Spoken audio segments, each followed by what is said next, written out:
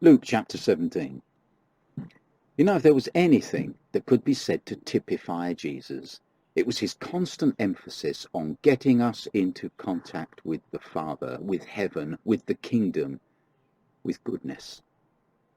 This was obviously the purpose of his coming here, but it reappears repeatedly in his words and in his works.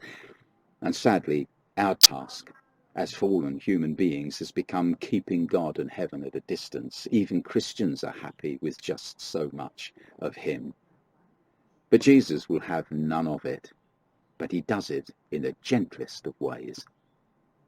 Do you remember the Samaritan leper who returned to thank Jesus for his healing? And Jesus told him that it was his own faith that had made him whole. The healed leper, like us, saw everything in Jesus.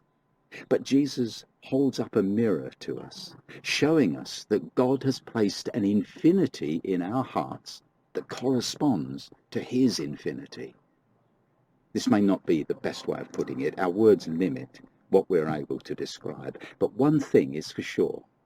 Jesus was always encouraging us to stand up, to be strong, to believe. He provides the catalyst that ignites our lives. That's the touch of Jesus.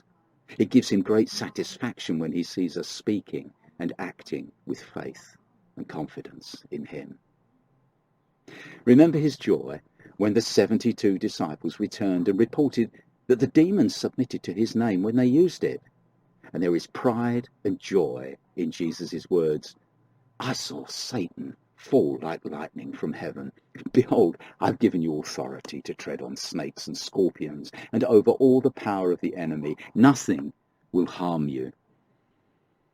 He's thrilled when they're growing up. His hard work is paying dividends. Now one day the Pharisees asked when the kingdom of God was coming. His answer was typical, and it was very perceptive, as always. He told them that it wouldn't be observable.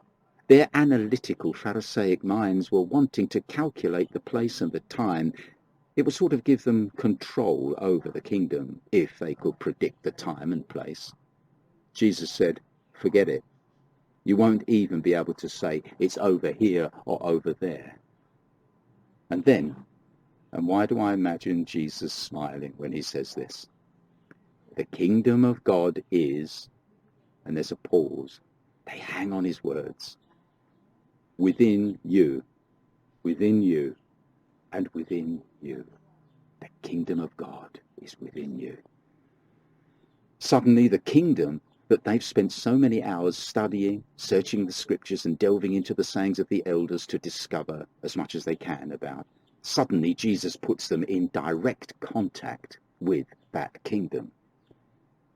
The touch of Jesus puts us in contact with heavenly realities.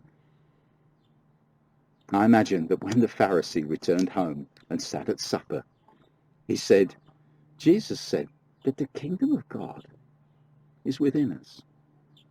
And his wife may have said, eat your soup, dear. You can ask him tomorrow what he meant.